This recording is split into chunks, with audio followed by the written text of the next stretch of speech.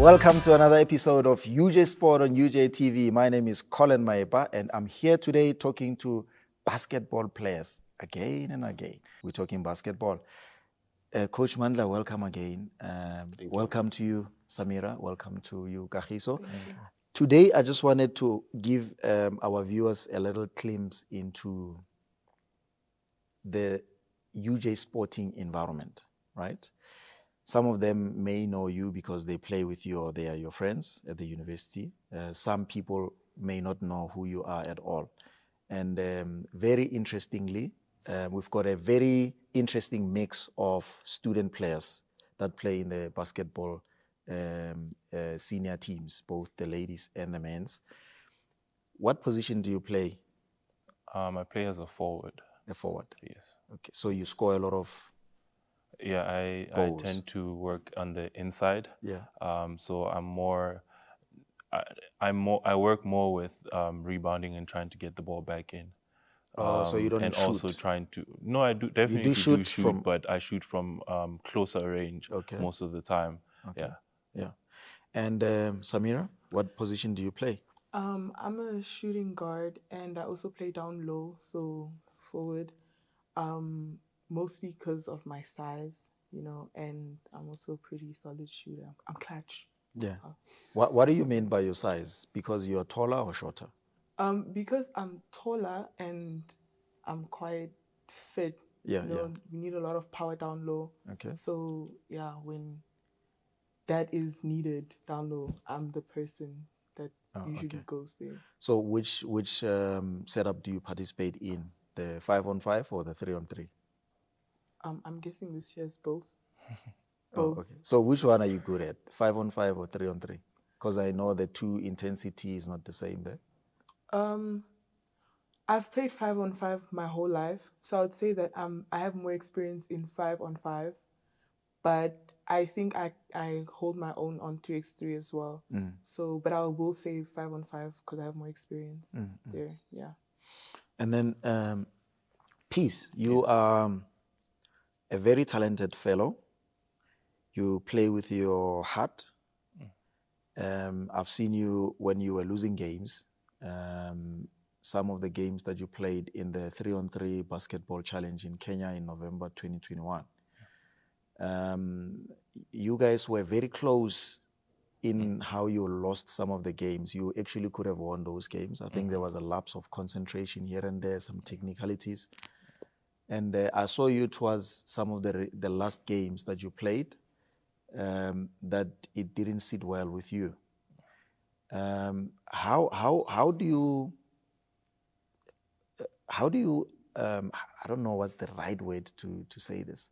When you go into a game, I know some players listen to music to try and condition themselves for a particular game. A league game is not the same as a cup game. A final is not the same as a group stage game. What went through your mind during that time? Well, you mean in Kenya? In Kenya, when you guys were losing those games, because I saw that you are quite an emotional player. Yeah. Most of the time, for example, when I prepare for a game, early on I listen to a little bit of music, for example, and then I get to a point where I have to switch off the music because I try to center myself. Most of the time it's by praying, because sometimes it makes me feel better to develop a sensation that there is something greater than me. It helps me be able to integrate myself into the team system so I can view what I'm going to engage myself in as just not involving me, something that is greater than me. And it is why when I get into a point where we're maybe losing a game or the game is very high intense or very high in emotion, it helps me either regulate myself better, because as a player, you're going to lose your head at some point, but the greater players are the ones who are able to identify that they've lost their cool and are able to bring themselves back together as quickly as possible. So I got very emotional in those games because I don't like losing. I hate losing. I don't believe there is anybody who plays sport competitively who goes to just compete. Everybody wants to be a winner. Everybody loves a winner. And everybody wants to be part of a winning team. Yes. Even spectators themselves. Yes. So it being emotional about it it's sometimes you realize you lose not just because there's nothing you can do. Sometimes you run out of time. So it's about frustration when sometimes you get to a point in the game where you realize the small little things you could have done better. And that's something I tend to do a lot. I tend to acknowledge and accept the mistakes that I make very quickly, because I don't like obsessing over the wrong. I prefer accepting them so I can deal with them and get better. In the next game, yeah. Yeah. So what do you study at UJ? I'm currently studying industrial psychology. And what year are you doing? I'm doing my third year. Third year. Yeah. And you, Samira, what are you studying at UJ and what year? I'm doing a BA in humanities. I'm majoring in psychology and sociology, and I'm doing my second year. Okay. And coach, when did you start working with these two players here? Yeah, I've been with Peace for a while now. Samira came last year. But she was injured most of the time. So I think as well it's injuries to linger longer in your head. So the self-confidence is still struggling right now to try to get back into the game, into the swing of things. But she's been making a lot of progress, and she was very enthusiastic that she, last practice session, she ran for the first time this year, and she didn't feel any pain. So she was very What type of injury is it? It was a knee. So I saw her strapped knee ligament. last year, at the USAs. You were strapped on your knee. Yeah. Yeah. So it was a ligament injury of the knee, and did an operation. So she's slowly getting back into full shape. Yeah. What? Let me speak. Maybe let's take it all the way back. You are Samira. You're a Cameroonian international, right? Yes. And when did you start playing basketball, and when did you realize that this is a sport that I can play either at university or even take it to a professional level? So, funny story actually. I started playing in grade 7. I was picked up by a random girl that just came. She's like, "Oh, do you play basketball?" I was like, "No, I don't really play sports like that. I just ran because I was an athlete." So she's like, "You should come to training one day." So I went to training that day, and I never missed training again. Like, I just fell in love with it because for once I felt like, and it's gonna sound weird, but for once I felt like my size was being appreciated, because I've always been a fit girl from very young. This is in grade 7. So when I got to high school now I was doing both athletics and basketball, and at some point I had to choose, and it wasn't very hard. It wasn't a very hard decision for me, because athletics, as nice as it is, for me, I just felt, again, my size thing, it's my identity, because when I walk into a room, that's the first thing I think people notice before I open my mouth, because that's the second thing people notice. So, yeah, from high school, grade 10, I started basketball in Pretoria. Basketball in Pretoria isn't as great as basketball in Johannesburg, but because I loved it so much, I managed to make, I got called up for a provincial team when I was in grade 11. I got called up for provincial team 2018. And for me, like, I got spooked because I was like, this is huge now. And then I stepped back, I didn't go like further for training or anything. And then the following year I made it again. And that's when I knew that this wasn't just like the year before, and that just kept me going. Like, I just kept pushing from there, and now I'm playing for UJ. Yeah. So I know that the issue of nationality is always at play, especially in the basketball. I know with football at UJ, there's a majority of the students there are locals, although we still have some guys who come from outside of South Africa. Interestingly, your surname is Famudimo, right? It's a Nigerian surname. So I understand your dad is Nigerian and your mother is South African. You were born here, raised here, Yes. right? Do you speak any Nigerian language? Yes, I speak a little bit of it, Yoruba. I understand it. I hear it properly, but I'm not very fluent with speaking. Yes. Yeah. And you grew up here in South Africa too. When did you come to South Africa? In 2009. Yeah. How old were you then? I was 8. 8. Yeah. Okay. And then, interestingly, I wrote an article for the website about it was Manasseh Kabasele's graduation together with his sister. They graduated from UJ. I think he was waiting for his results for his master's dissertation from his supervisor. He says, interestingly, when he came to South Africa, he spoke French from DRC. He knew no English word at all. And he had to come to a South African university where they speak English as a medium of instruction. And he had to learn speaking English in a year. And he became so fluent and proper at it that he even started becoming a translator for English content to French and helping out. What an interesting story.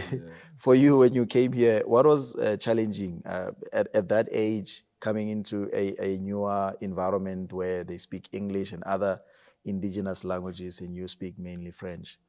So, like I said, I grew up in Pretoria, and Pretoria they speak a lot of Tswana, especially like at taxi ranks, which is something my dad pushed for me to, like, it was a medium of transportation that my dad was adamant for me to use.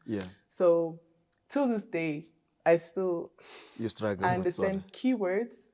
Whatever you say after that is between you and everybody else. But coming in the very English was first time, English. Did you know how to speak English? You were speaking French. I only knew French. I was bullied quite a lot in primary school, and it pushed me to actually start learning English in such a way that I can speak it anywhere and just blend in with everyone. Like, I'm talking accents, words, everything. And I wasn't a very talkative person before, but because now when I finally learned English, now the thing that I was being so bullied for, they didn't have that anymore. I was like, okay, you guys will hear me speak. So till this day, I'm still talking. So Never stops. I could say you grew up in South Africa. I mean, coming here at the age of 8 to now be a university student, that means you've stayed here longer than you have lived in Cameroon, right? I don't know. I can't say to you how easy was it adjusting to South Africa, because you came here when you were young, and we know naturally younger people tend to adapt quickly. Are you regarded as a South African now, or are you regarded as a Cameroonian international student at UJ? I'm a Cameroonian international student at UJ. And how does that play for you in your mind? Because you stayed here for longer than you could remember being in Cameroon, and how does your mind adjust to that whole thing? For me, it's mind-boggling. Anyone who was at USA training last year will tell you that I'm a very proud Cameroonian. But if I was offered the opportunity to have South African citizenship, I would take it, mostly because most of what I know, I got it from South Africa. Everything I've ever been taught that I use today, I was taught in South Africa. Basketball-wise, it's very complicated because now, like, the dreams that I would have had to one day represent the country that actually groomed me into the player that I am today, I'm unable to represent them. So it can be mentally challenging, especially like when you go through trials like the injuries that I've been through and stuff like that, and you recover from that, and now you want to work so hard towards something, and that's something which is national team. I can't attain it. it's You can't get into the national team setup, yeah. so it's mentally Coach, challenging. before I go to Peace, how does this play in terms of how you manage the team, in terms of what you would like for the team, just even beyond the UJ basketball club? If you deal with these students every day, you coach them at training, you're with them, you go to with them to the matches. How do you deal with something like that? I know in the past you were advocating for some of these players to be naturalized in South Africa. Yeah. For a senior person like yourself who coaches the players and understands the dynamics, some of them came here as refugees, and some are asylum seekers. What do you think makes such situations so difficult? And what do you think it's the right way to go about making their lives easier? Is it a win for South Africa to make them citizens here? Or what should be done? My mind has always been very clear in this regard. And it makes financial sense, it makes moral sense that we try to give them citizenship, especially if they're going to benefit us, When you look at Angolan national team in the men's section, for instance, it was formed by refugees from Congo, Jean-Jacques and all of them. That's why they became a household name. And they naturalized them and they benefited the country. And since, like Samira is saying, she was groomed here. I don't understand why. To me, it doesn't make any financial sense that we groom people and then let them go benefit other countries that they don't even know that much. Yeah, their parents come from there, but truly, they were raised in South Africa. Is it nature or nurture? It seems like we hold people and say, where you come from, that's who you are. I believe you are what you are raised by. And we raise them. These kids are South African. And they see themselves that way. They think like South Africans. You won't tell any difference when you speak to most of them. I think that's a very interesting topic for maybe the viewers that are watching this. Please share what do you think. Share your thoughts in the comment section below. I'm saying this because I can understand for somebody that's even South Africans themselves. You don't even have to be an international student or a foreigner who lives in South Africa to have these kind of conversations, right? You get people that were raised in, their parents came from the rural areas, say KZN or Eastern Cape or Limpopo or Northwest, right? They moved to Gauteng, which is where the economic activity is mostly, attracting a lot of people from the length and breadth of the country and other neighboring countries. Then those parents come here and then they have kids here, kids that are born in Johannesburg or Gauteng, be it Pretoria or anywhere in Gauteng. And those kids are raised here. They go to primary school here, high school here, and then university here, and they start even working here. And you see that those kids don't really, they don't really know much about where their parents come from. They only go there during school holidays. When you check, they don't really have friends there. What they regard as home is here in Gauteng, where maybe they were born and raised, or they were born there in the rurals and they then were brought to the cities or to the urban areas for better opportunities. I think it's a very interesting topic that people need to look at with a different eye and say, South Africans have a different attitude towards people who come from outside South Africa. And usually when we look at these people, it's a class issue as well, right? For the way we look at these guys as university students is different from how other people look at people that are selling in the streets, for instance. And I think it's a totally different topic on its own. I think we'll get into that. Yeah. Okay, can I jump in there? We should start looking at diversity as our strength in South Africa. Yeah. And that's what separates South Africa. Definitely. You know, especially Johannesburg or Gauteng. It's truly a melting pot. And within that, that's what makes us stronger. You look at the United States, you look at France and Europe, what makes them so great in the sporting fields is look at their teams, predominantly black. Most of the players are coming from the African diaspora. So, but they embrace them, and those people help them. I don't think France would have won the World Cup Exactly. without Africa.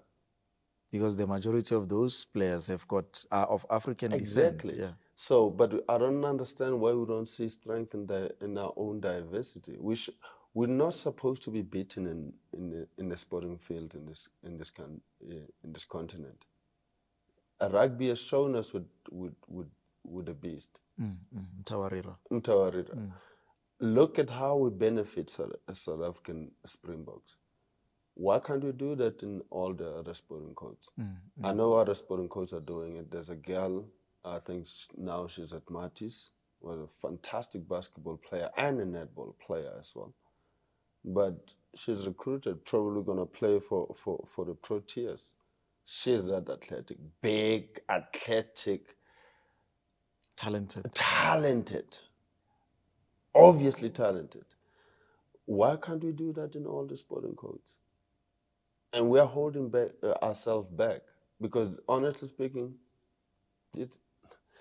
these young people know nothing of their country of origin. This is their country. That's the country of their parents. There's a lot of players. We just have these guys here. Yeah. But if you look at some of the players, especially in the basketball setup, we've got Glory or Glower. I don't know. Yeah, Glower. His name, that guy, a very talented fellow as well. He's been here for a long time. Yeah. We've got other players also who have been here for a long time, like Zed Mutongoza we spoke about earlier. Adrian as well. Yeah. And there's a lot of those guys that, and the other thing that I've noticed is the basketball team, whether it's the ladies or the men's, these guys are so close together. They are so professional. They are so, they embrace each other. You don't see any of that this one is a local student from South Africa, this one is a person from Cameroon or an international student. We don't have none of that. Yeah. I think maybe that's the model that South Africa should look at in terms of, growing the country or looking into diversity, for instance. Yeah. If we look at diversity and we take it from that lens, maybe we could get somewhere. Anyways. Peace. I want to talk about the tournaments that you have participated in. I wouldn't talk much about this year, but I'll talk much about last year, 2022 and 2021, because that's where I've seen you play. Yeah. When you guys play these tournaments, do you have a specific target and say, this is what we want to achieve this year, and this is how we're going to go about it? Definitely. Like I said earlier, when we compete, we don't compete to just receive a competitive certificate. We compete to strive and triumph over, because as an athlete, there is no point in working, sweating, bleeding, and at the end of the day, not target the top. So we definitely do have goals to win everything that we participate in. And like was mentioned earlier, life happens, right? But doesn't mean you at any point in time you should stop aiming for the top. Yeah. And when you joined UJ, I know that basketball has always been there for quite some time. When you joined and you met the kind of players or fellow teammates that you have, what do you think you guys brought compared to maybe the past? that the UJ basketball team maybe didn't have then, and now you guys have sort of built something that you could say it's a legacy that you can leave here when you exit the university? So luckily, I've been able to be part of at least 2 generations now of UJ basketball. I can definitely say it's been different. Maybe it might be because of the position that I've had in the 2 different generations, but what I can say is we've grown to be more supportive of each other, right? I also feel like one of the main things that I've come to realize is that the idea of individualism has become more acceptable, because a team sport is a team sport, but as is always said, you cannot have a team if individuals in the team do not contribute to the overall outcome of that team. So I think the idea of it being acceptable to be yourself in the team has been one of the biggest things that we've strived for. And other than that, the idea of family has been, I'd like to believe it's been really emphasized. Like you mentioned with regards to the nationality aspect and everything. I think one of the biggest things that we've come to realize spending time with each other as a team and everything is that regardless of what country or background you come from, everybody has a story. And in that story, everybody has different struggles. But you realize that when we all sit down and we talk about our struggles, you realize that we almost all live the same life. It's just that we have different perspectives of it. So and circumstances, of yes, course, so that has been one of the things that have drawn us together to realize that yes, you might have Nigerian, Cameroonian, Congolese origins, but at the end of the day, humanity is humanity, and if we don't stick together, we're all going to fall, and when we fall, that's extinction for all of us. So I think family and individualism has been one of the roots that I've seen grow over the years. Yeah. And for you, Samira, what do you appreciate most about your fellow teammates in the UJ setup? UJ is like, for me, I never feel the need to change any aspect of my being at UJ, and I've been to institutions, believe me. And honestly, UJ is the one place, like the team, the girls, last year and this year have made me feel as if I could be myself, even when I don't believe it. Because like Coach said, I'm still struggling a bit with confidence coming back on the court. Like, they still give me a platform where I know when I am ready that I can be who I am, you know.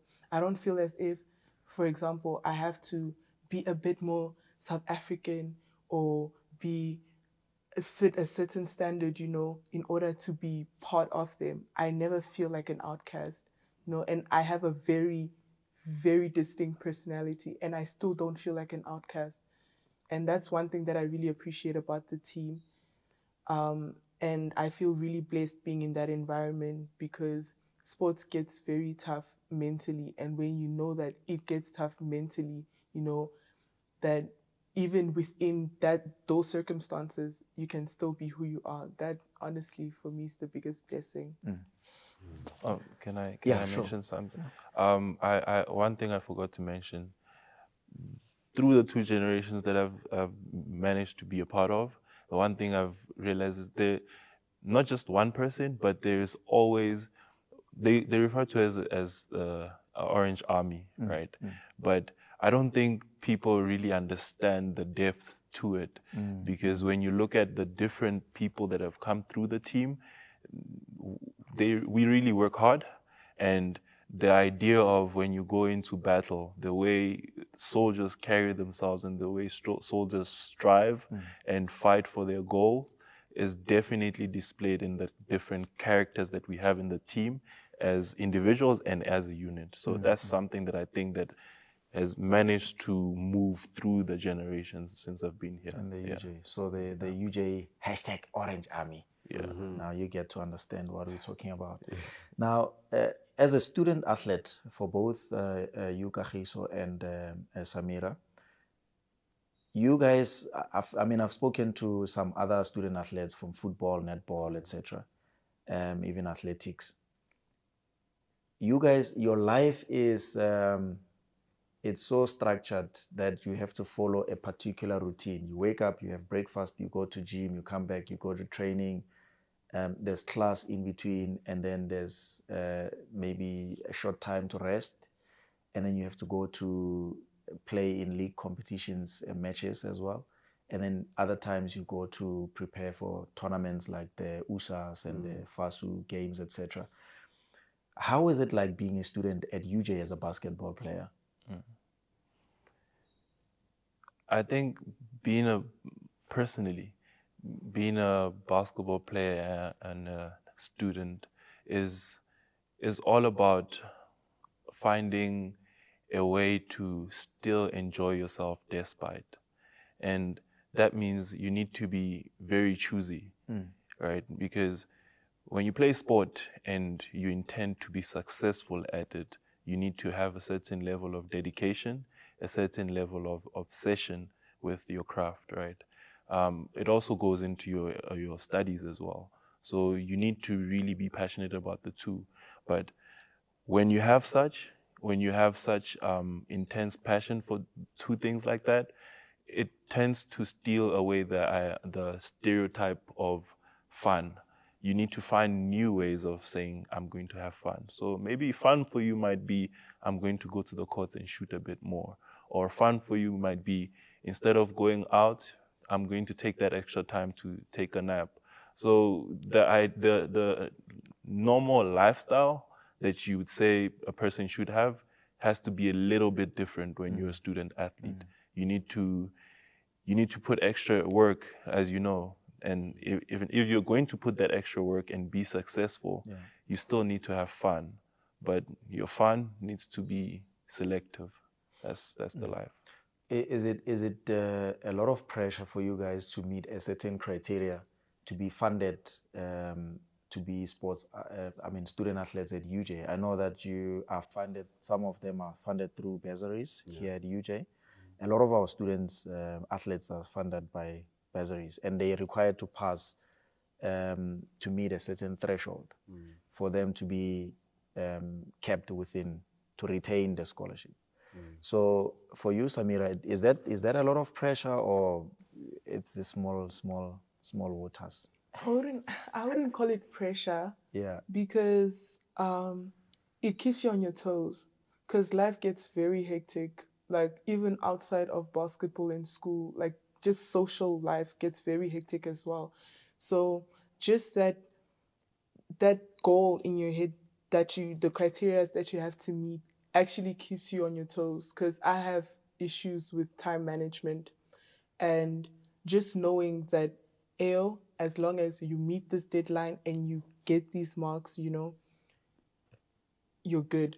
And that keeps me going. And that's one thing, like, despite everything that can go on, you would call it, I wouldn't call it pressure, but that pressure is what actually makes you get things done at the end of the day, and actually takes off the real pressure off your shoulders, which is now focusing on your future. Like, what do I want to do? Like, just getting your things done. Honestly, for me, again, that helps me a whole lot. I don't even need a timetable to know that I have a submission today and it needs to, Yeah. It just keeps me going. It's motivation. I'll call it motivation, not pressure. Coach, in South Africa, there's a number of universities that I've seen participating in the different basketball competitions, especially the USAs, because that's where a lot of South African universities compete.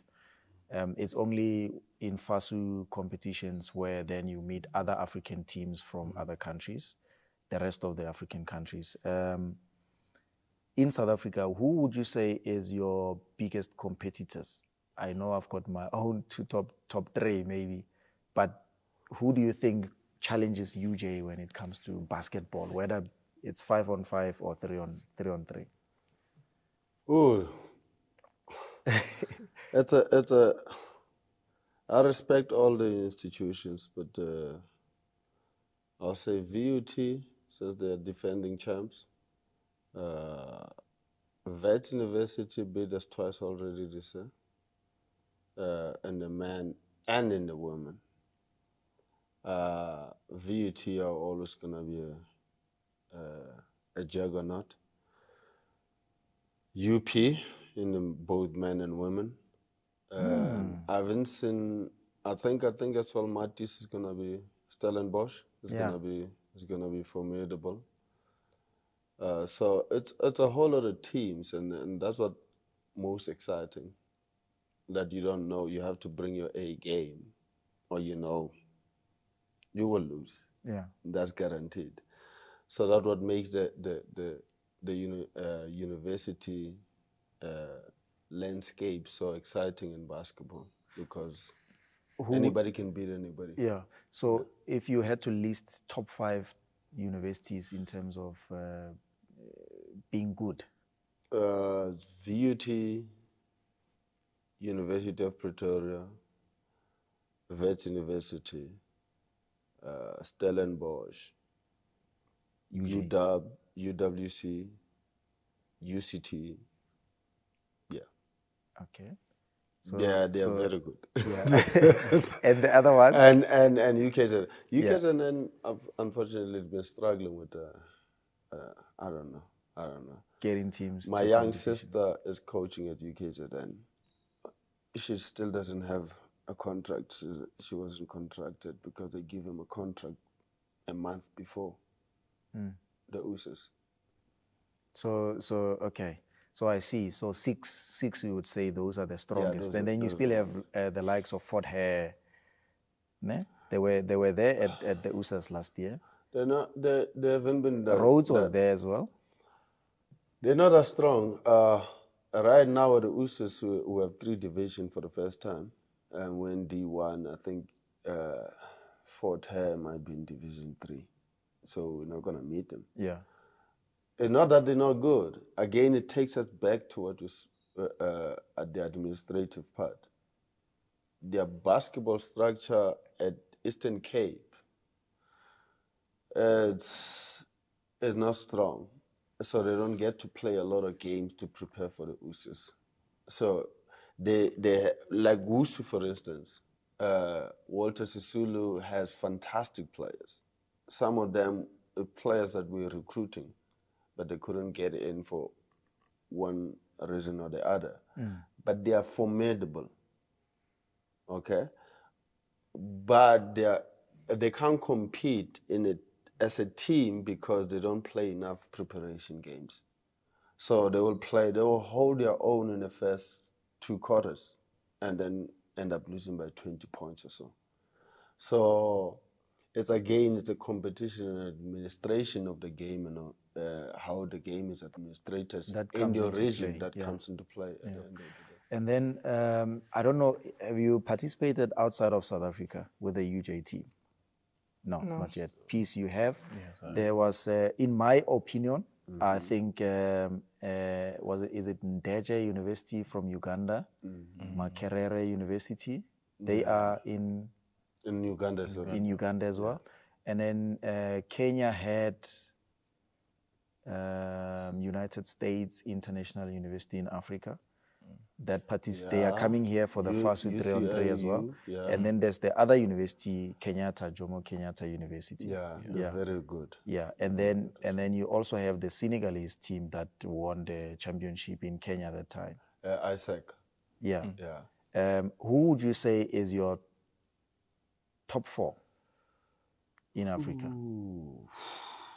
In 3x3, I'll definitely say it's Uganda Christian University, because they are world champs. Yeah. Okay. They went on to win the student. They won it. Yeah. Because the previous year before they won it, they lost in the semifinals. They ended up number 4. And then they went back and won it. They are that good. They won it where? In Istanbul, in Turkey. Yeah. Yes. As you recall, all their games, but 3x3 ends at 20. Whoever gets first to 21 within the 10-minute slot 21 points. period. If you get to 21 points, you won the game. When we're in Kenya, all their games ended before 10 minutes elapsed. 21, every single game. And we knew it's either they're going to finish with a dunk on somebody or they're going to hit the three. They are that good. So definitely it will be them. I will always rate Ndeje because they are former champs as well. I think they were champs in 2015 when we first started participating. They won it. It was held in Makerere in Uganda. They won that version. And Makerere were former defending champions as well. They specialize in 3x3 as well. So those ones, and obviously you can't leave the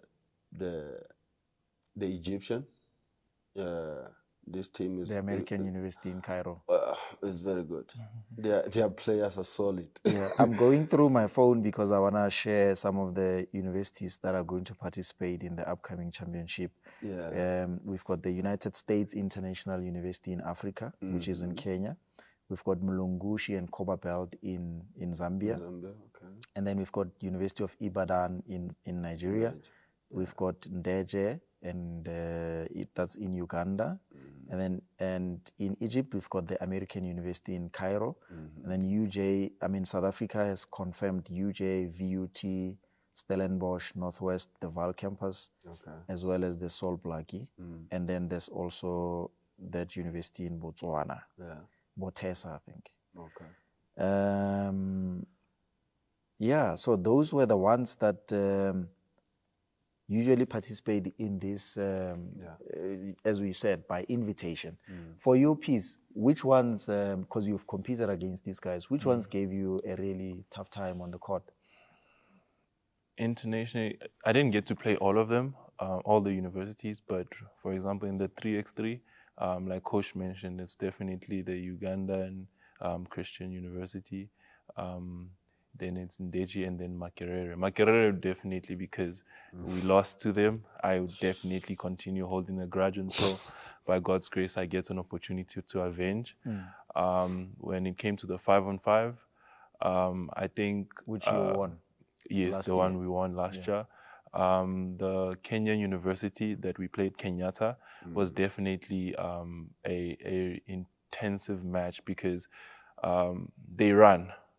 And that was the first time we played them in the first game was very interesting because it was like having to adjust to the environment and to the fact that they're people who can compete at this level as well.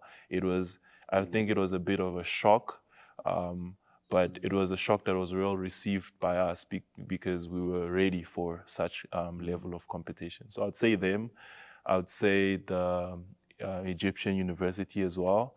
And then I think my definite favorite was the Nigerian team because I think the main reason not because your dad is no, but I think it's definitely because we were matched accordingly in terms of the size, in terms of the skill set and everything. It felt like when every time we leave South Africa, the competition that we face is very consistent in terms of the level of elite that they play at. So I think it was very challenging to play those teams, but it was very exciting because as a basketball player, as an athlete, it's always exciting to play teams that are challenging because it inspires you to be your best self. So I think those are the teams that I can really mention. So at UJ, you've got the facilities, you've got an access to a high-performance gym, you've got very nice courts, outdoor and indoor, and you've got the likes of Coach Mandla and Coach Tuso that give you a really good push, if I can put it that way. You also have a manager in the capable hands of Elise Leroux. And then you've got a director who's so passionate about sports. She happens to be president of different federations in South Africa and the African continent, who pushes all the teams at UJ Sport to excel and have that winning mentality. I would say overall you've got a very good supportive support system. What do you appreciate most about being at UJ as a student athlete, Samira? Actually, the UJ as an institution, in comparison to the other institutions, you can tell that the priorities at UJ are straight, you know? Like, yes, you have athletes that need to win games, but you still have human beings that have emotional struggles outside of that, and you also have students that need to pass, you know? Like, UJ's ability, the environment, everybody involved, their ability to understand all these different aspects of being a student athlete, for me, is the one thing that I appreciate the most, because other institutions don't have those same priorities. Like when you're a student athlete in, for example, TT, which is another institution that I went to, you're just that outside of basketball, that's your life. But at UJ, they actually make it a mission, whether you're a scholarship holder, whatever, they still make sure that every player is first a student, is also a human being, and also a player, all under one roof, and not just a machine that just has to go win games, perform, and then everything else is up to you, which is one thing that I really appreciate about UJ Sports. Yeah. Yeah. And for you, Peace, what do you like about being a UJ student athlete? What do I like most? So there are a lot of things that I like. I appreciate the level of investment that is given. For example, when it goes to gymming, their equipments, the facilities, the physios, there are all these tools that are given to us. Because personally, I play, like you know, I play a very passionate sport, and that ends you hurt here and there. But the fact that we have these tools that enable us to be strengthened physically and to rehab, I think that's one of my favorites. Other than that, I enjoy, if you come to any training session, it's fun, because it's fun to get a, let's call it a drill for the sake of the conversation, and to see your coach be able to do some of those drills. It's quite exciting too. Yeah. It's So quite you're coached by exciting. professionals who have played the sport Yes, before. Yeah. I think that is the most exciting part, to not just receive knowledge from people who are given it from a textbook perspective, but to receive knowledge and have it impacted by people who actually have real life experiences of it. I think that's the biggest part. I think the minds of the people that channeling the knowledge or transferring the knowledge to us is one of the attributes that I think I appreciate the most. And that goes well for the other sports as well. If you go to rugby, it's the same thing. If you go to football, you get the same thing. Netball, the very same thing, and all the other sports, of course. And one thing I must also say, Coach, this guy is a good cook. I learned a few dishes from this guy. The egg rice. I learned about the egg rice from this man. So one day you must invite me so I can taste the one that you make. I tried to make one at my house, exactly how you told me. And I really enjoyed it. We had that in Kenya, and I was very excited to have that. What do you guys do for fun? Like outside of UJ, what do you do, Samira? We go partying there in Melville, and Braamfontein. I really don't.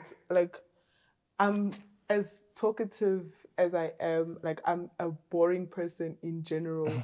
So if I'm not doing school or basketball or anything that has to do with my livelihood, I'm just watching cartoons. Honestly, on my couch, I love cartoons. Oh, yeah. So yeah, I that's. can tell. Okay. So, you, Peace, what do you do for fun? I'm into a little bit into the arts, a little bit. I do a little bit of writing. I model as well. Other than that, I pretty much just watch anime and go to the gym. Yeah. Speaking of pretty much. models, I saw an ad. I was working at one of the shopping centers here in Joburg. I won't mention the brand. I saw Nino on a poster with some girls. I'm like, ooh, UJ basketballer. Good-looking people. Yeah, we've got really good, and they are tall as well. Tall. I like tall people. Yeah, that's me. Okay, thank you for joining us. I hope you enjoyed the conversation as much as I did. I hope to bring you more of these conversations with these guys. If you've got any questions for them, please leave them in the comment section. And please come through to the Soweto campus on the 23rd and 24th of June 2023 to watch the 5th FASU Varsity Basketball Challenge. We're going to have about 12 African universities there that will be competing for the top prize. We're talking about students from South Africa, Zambia, Botswana, Uganda, Kenya, Nigeria, Senegal, and Egypt, to mention but a few. So come through and enjoy basketball with us. It will be during the recess, just after exams, so you can take time off and just come and support the guys and see what they have to do. We will see you in the next one. Take care. The University of Johannesburg, the future reimagined.